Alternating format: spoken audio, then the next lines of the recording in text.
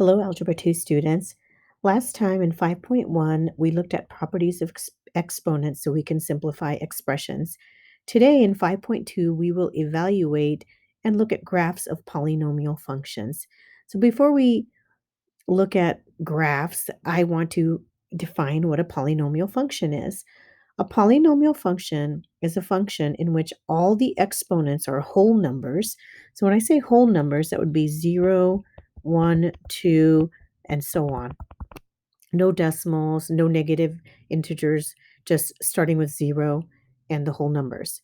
And the coefficients are real numbers. Coefficients are the numbers in front of variables. So numbers in front of variables. Coefficients can be positive or negative, but exponents cannot. So let's look at samples of what polynomials are and what are not polynomials. The two examples on the left, the first one is a polynomial because if you look at the exponents, the 3, the 2, they're both whole numbers. And then the coefficients, you have 1 here, -4 there, 3 there, and 1 there. They are all real numbers. The pi you don't worry about in that particular problem. The second one, the exponent 2 is a whole number, and the coefficients 2 and -1/2 are both real. Now looking at the right side, let's look at why each of these is not a polynomial. Here, -1 is not a whole number. It is So therefore, this is not a polynomial because the exponent is not a whole number. For the second one, same reason. Now, this is a real number. Pi is a real number. It's not imaginary. There is a number that exists called pi. And then for the last one, you can't have a variable as an exponent. That makes it not a polynomial. So I've circled the reasons why each of those are not a polynomial. All right. Now that we know what a polynomial is, how do we write a polynomial in standard form? So a polynomial is written in standard form when the exponents are in descending order. So from largest exponent to smallest. So biggest exponent to smallest. That's what descending order means. Ascending would be smallest to highest. So looking at the first, we'll do two examples for each one. Looking at the first example, the f of x is equal to 10x cubed minus 4x squared plus x minus 3. That one is already written in standard form. So we're just going to write it out. F of x equals 10x cubed minus 4x squared plus x minus 3. And now that it's in standard form, we can identify some parts. The leading coefficient is 10. This whole term is called the leading term. And you can't find the leading term until you put something in standard form. And the leading coefficient, remember coefficients are just numbers in front of variables, is 10. The degree is the largest exponent, so 3. So biggest exponent.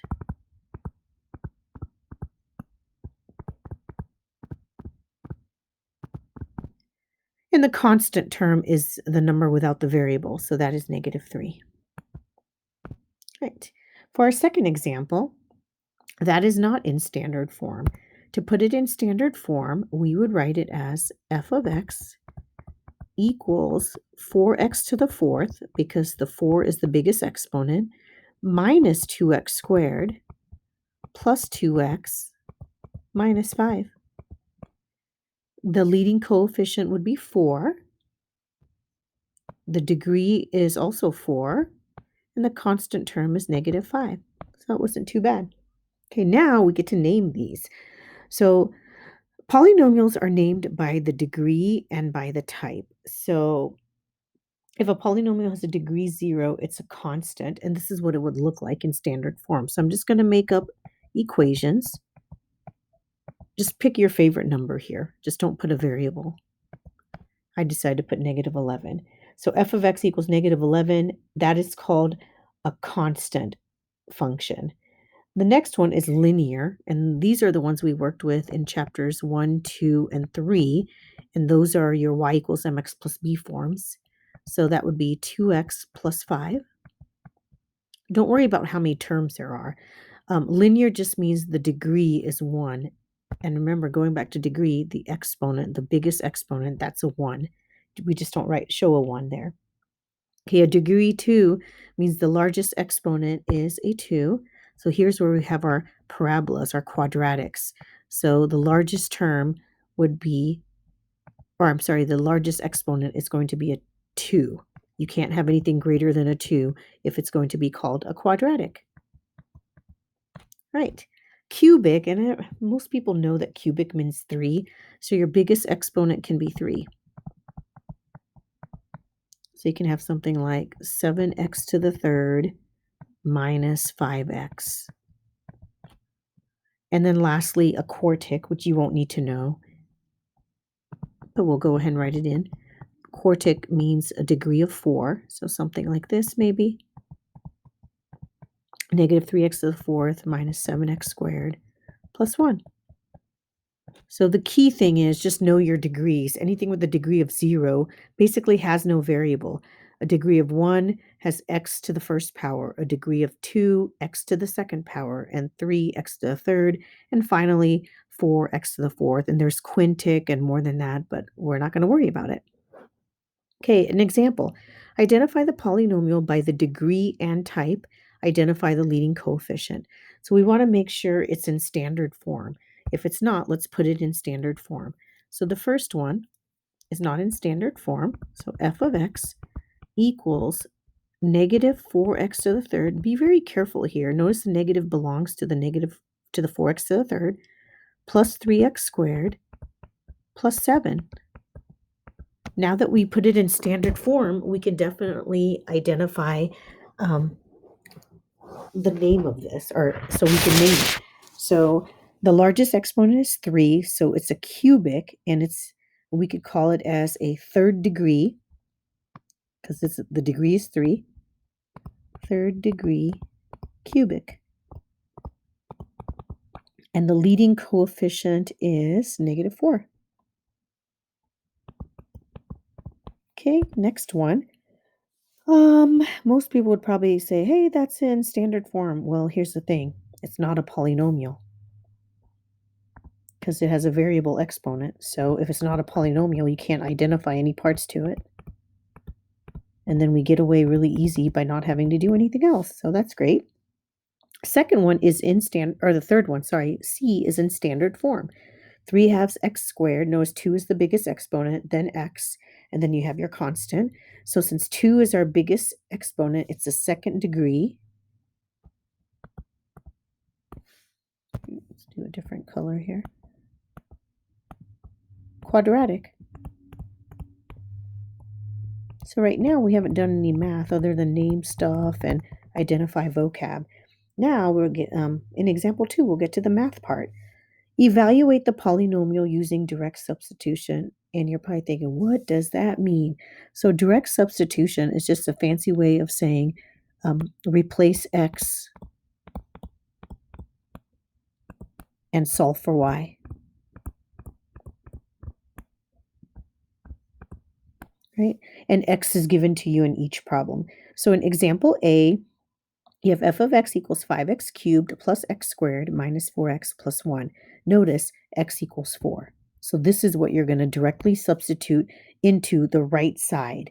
So for the right side, you're going to replace everywhere you see an x, you're going to replace it with a 4. So you have to do quite a bit of math here. Notice I'm not lazy and I'm always replacing with parentheses because I don't want to lose a sign. I'm notorious for doing that anyway. Okay, so here, and also remember, it's not 5 times 4, it's 5 times whatever 4 to the third is. And 4 to the third is 4 times 4 times 4.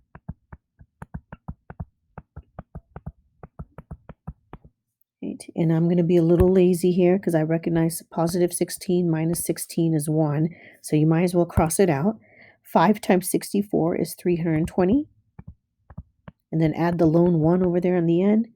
And when we directly substitute x equals 4, we got y equals 31.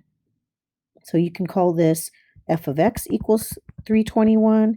You can call it y equals 321. Whatever you call it, it doesn't matter. It's y.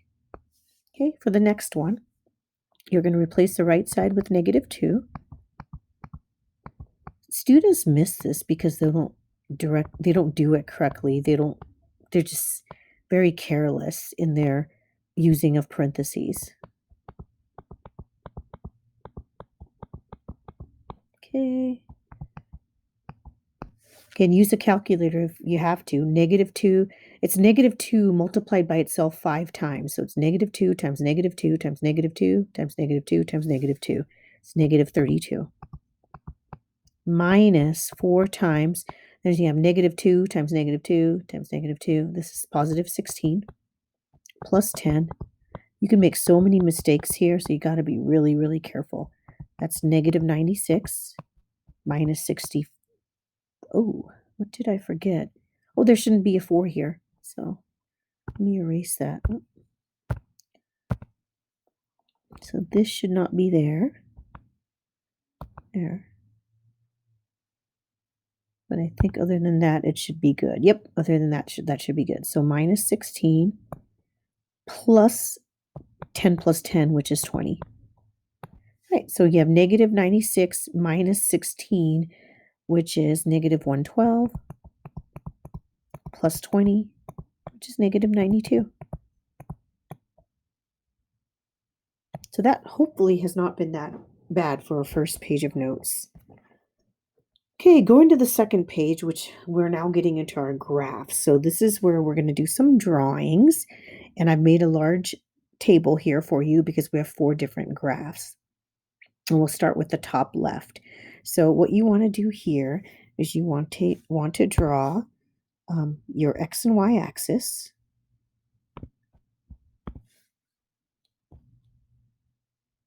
You're not going to put any tick marks. You're going to draw a generic graph, so it'll be okay. And then this is what your first graph's going to look like. Oops, I want it to be a different color.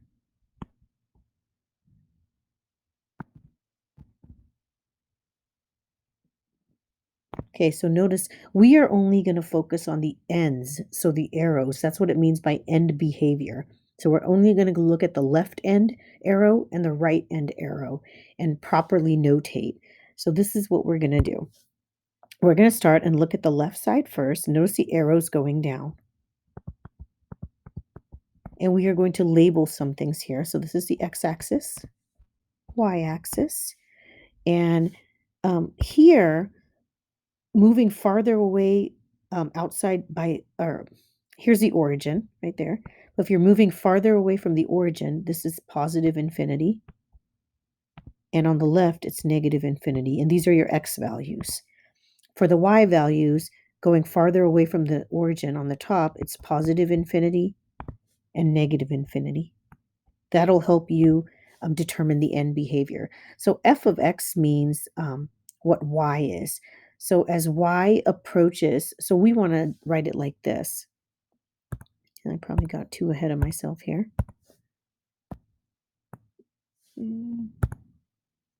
So the best way to write the end behavior for the left is what is happening to y as x is going farther away from the origin in this direction. So as you're moving from the graph this direction, so as x is getting farther away from the origin, what's happening to y? Y is going down if you look at the arrow, so it's approaching negative infinity. So it's approaching this right here. So y, or I call it f of x, is approaching negative infinity as x also approaches negative infinity, and that's why I drew the arrow. That's why I did this. As x is approaching that negative infinity, y is also approaching negative infinity. And that's how indicated by this arrow. And now we do the same thing on the right side. On the right side, your graph is moving this way, farther. You're just moving away from the origin. So as x is approaching positive infinity, y is going up. You can see from the arrow. And so to notate that, y approaches positive infinity as x approaches positive infinity as well. And that is the first graph. Now I want to mention that this is only when the degree of the graph is odd. So the degree would have to be 3 or 5 or 7 or 9, just an odd number. And the leading coefficient has to be positive. So an example would be f of x equals um, 5x to the third plus 7, because the degree, which is 3, is odd, and the leading coefficient 5 is positive, right? And we'll do examples, so there's no need to worry about it right now. Okay, the next one, what if the degree is odd and the leading coefficient is negative? What will the graph look like? So draw your, these won't take as long, hopefully, to do. This is what the graph is going to look like, and you don't have to label your x and y axis, but you can if you want to.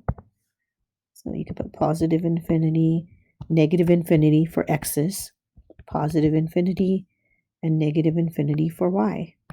This is what the graph would look like.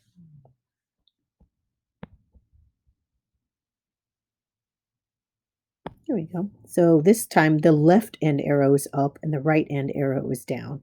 And we're going to do the same thing, and we'll start on the left end arrow. So the left end arrow, so just draw it. Draw your arrows. So moving away from the origin, and this is going that way. And then you can write your information.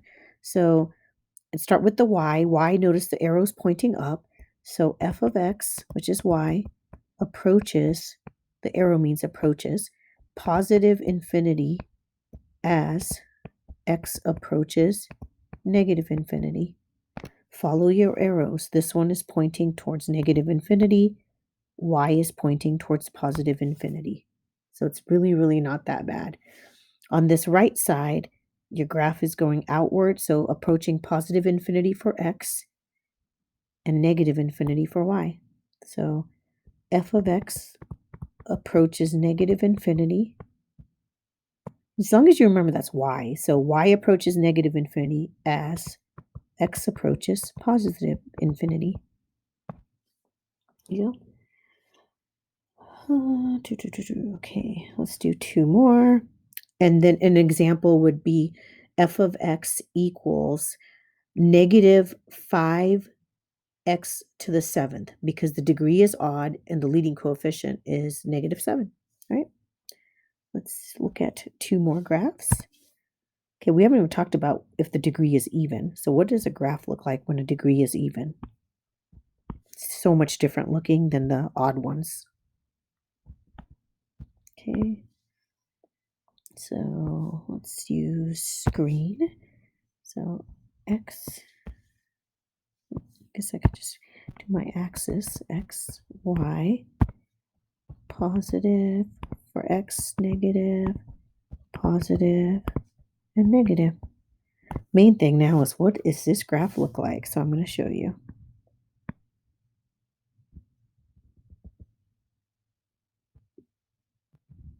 Here we go. It looks like a W. So when the degree is even and the leading coefficient is positive, notice both ends are pointing up, not in opposite directions like the previous. So the thing to remember is, when the degree is odd, the arrows point in opposite directions. When the degree is even, they both point in the same direction. So that's going to make it a little bit easier to remember. So here, the graph is going this way and that way. So y approaches positive infinity as x approaches negative infinity. Y is always going to approach positive infinity if the degree is even and the leading coefficient is positive. On this side, this is what the graph looks like, right? Away from the origin, away from the origin. So f of x approaches positive infinity as x approaches positive infinity. And you will get to use this chart on your test. So if you need to, then you'll be okay.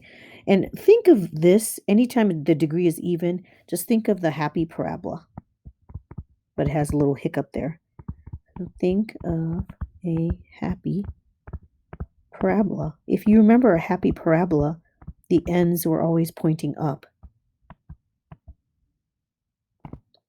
And that is when a was greater than 0.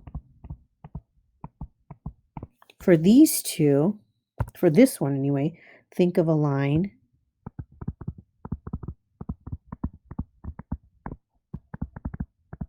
with a positive slope.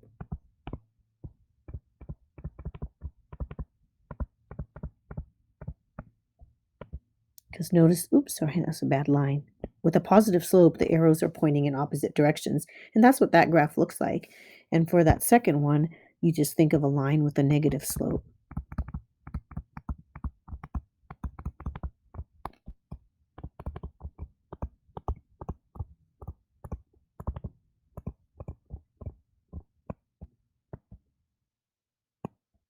Here we go. All right, and our last graph. Degree even, leading coefficient positive. So an example of an equation would be negative 10 x to the fourth, or f of x equals negative 10 x to the fourth, because the negative 10, that's the leading coefficient, it's negative, and the degree, the exponent, was 4, x to the fourth. All right, x, y, and for this graph, I'll do yellow because I'm running out of colors here.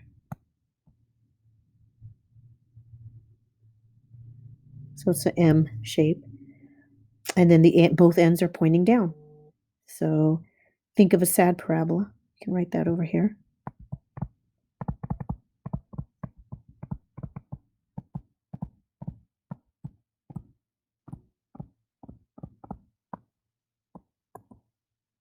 That's when a equals 0. Oh, I'm sorry, a is less than 0, not equal to 0. There you go. And so the ends are positive, negative, for y, positive, negative down here. So they're both pointing downwards, so negative infinity. So the graph is moving outwards and always point towards the arrow side, towards the axis. And here it's going. Okay, so here f of x approaches negative infinity as x approaches negative infinity. Right there, f of x approaches negative infinity as x approaches positive infinity. I really like this. The hardest part is just remembering what the degree thing is. But we're going to do some examples. So you're going to look at your chart and we are going to answer some questions. How do you determine the maximum number of turns? Now, you don't know this because I haven't told you. So the maximum number of turns in a graph is always going to be one less than the degree of the polynomial.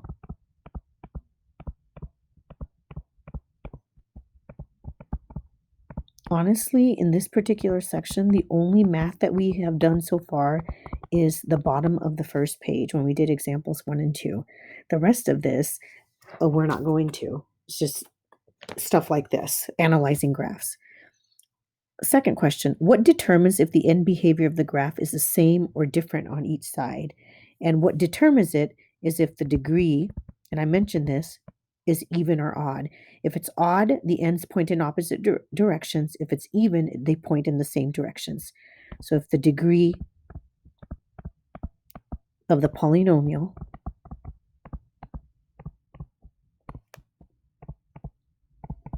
is odd or even.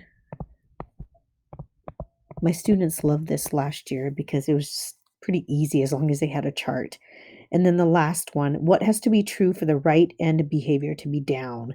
So the right end means the right side of your graph. So the only time the right end will point down if the leading coefficient is negative. So let's look at the blue graph and the yellow graph. Notice the right side is pointing down, and it's pointing down because the leading coefficient is negative on both of those. So the leading coefficient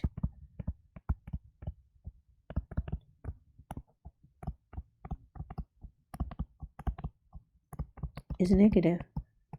And none of this really means a lot until we actually do an example with an actual equation. And that's what we're going to do for the remainder of our notes. So let's look at the rest of our notes. So these are just practice problems. The first one, I think we are going to do, let's see, 5 of them. So create a possible graph of a polynomial with a degree of 4 and a leading coefficient of 5. So notice, first big thing is a degree of 4. So if the degree is 4, it's going to have 3 terms, because the terms is always going to be 1 less than the degree.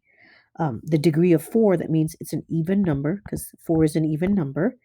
And a leading coefficient of 5 means 5, and 5 is a positive number. So degree can be even or odd, and leading coefficient can be positive or negative. So we want to do, so it has to look like a W, because remember, the W shape has is an even with a leading coefficient is positive. So it's going to look something like this. It doesn't have to be beautiful, but just draw something like this. And here's the turns. Where you have the lowest point and highest and lowest in little sections of the graph, those are turns. So those are 3 turns right there. And that's all you had to do. Just draw a graph.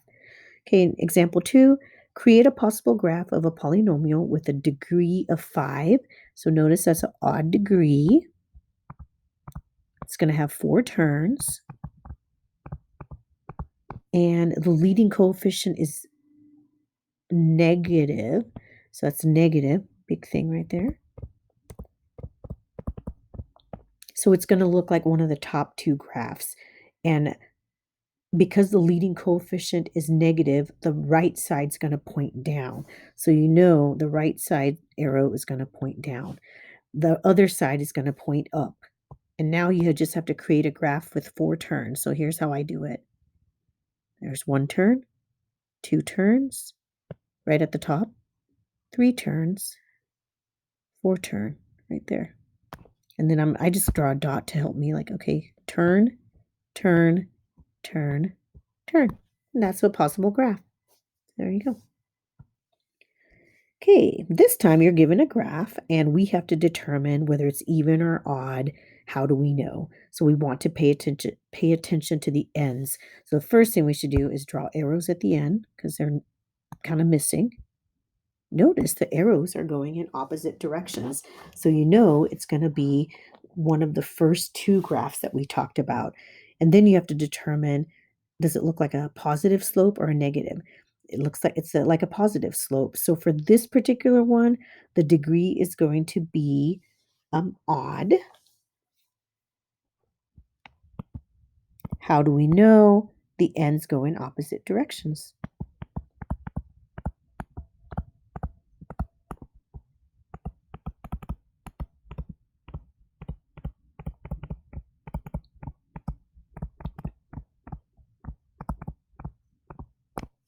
Is the leading coefficient positive or negative? How do you know? You always look at the right end behavior. So I'm going to circle it right here. If the right end is going up, the leading coefficient is positive. So let's write down positive. And it always, even if it doesn't ask you, I'd write it anyway. The right end is going up, meaning it's approaching positive infinity.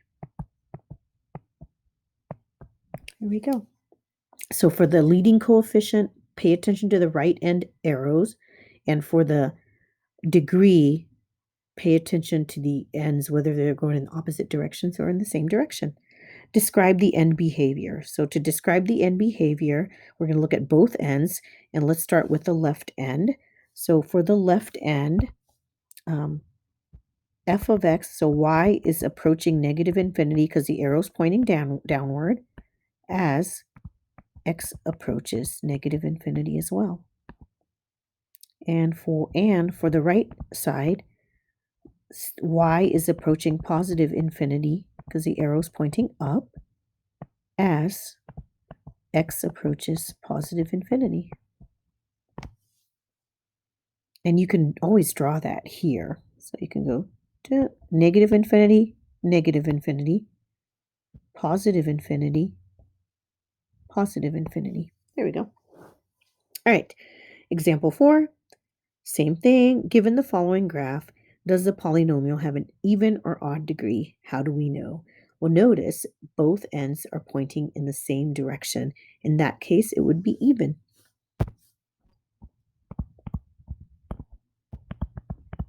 The ends go in the same direction.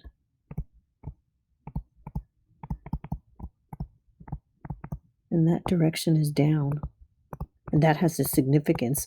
If they point down, you'll be able to tell whether it's the leading coefficient is positive or negative. The leading coefficient is going to be negative because when the right end is going down, it is negative. So the leading coefficient is negative. The right end is going down.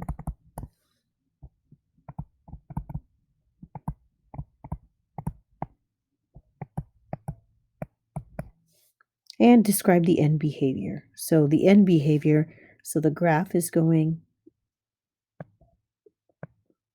pointing to the y-axis, or I'm sorry, x-axis, pointing down to the y-axis. Here, pointing to the x-axis and pointing, oops, I meant to go down. I don't know why I did that. All right. So describing the end behavior for the left side, f of x, so that's y, approaches negative infinity as x also approaches negative infinity. And for the right side, f of x, which is y, also approaches negative infinity. They're both pointing downward as x approaches positive infinity. And our last problem, or last two, sorry. Given the following graph, does the polynomial have an even or odd degree? How do we know? Notice when, oops, oh, that looked really pretty. There's no arrows, but we're going to draw them in. So the ends are pointing in opposite directions. Therefore, the degree is odd.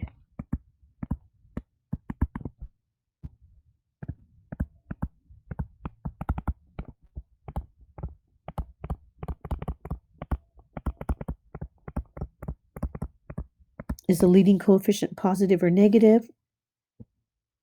That's pointing down, so that is going to be negative.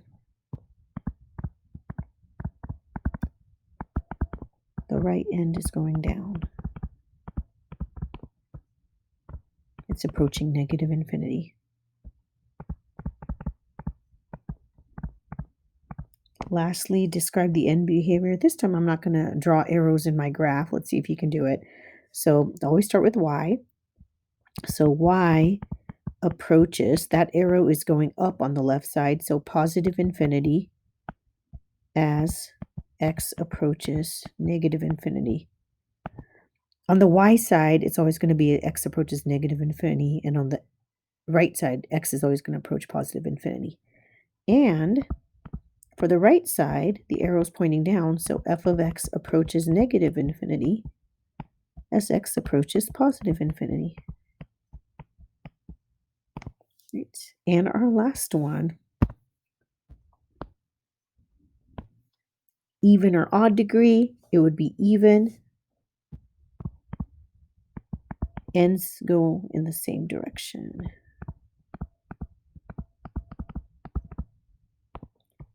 I feel like we were in a writing class today. I had to write so many words and not enough numbers, shockingly.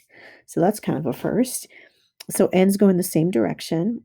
Is the leading coefficient positive or negative? It's box in the right side. When it's pointing up, the leading coefficient is positive. The right end is going up.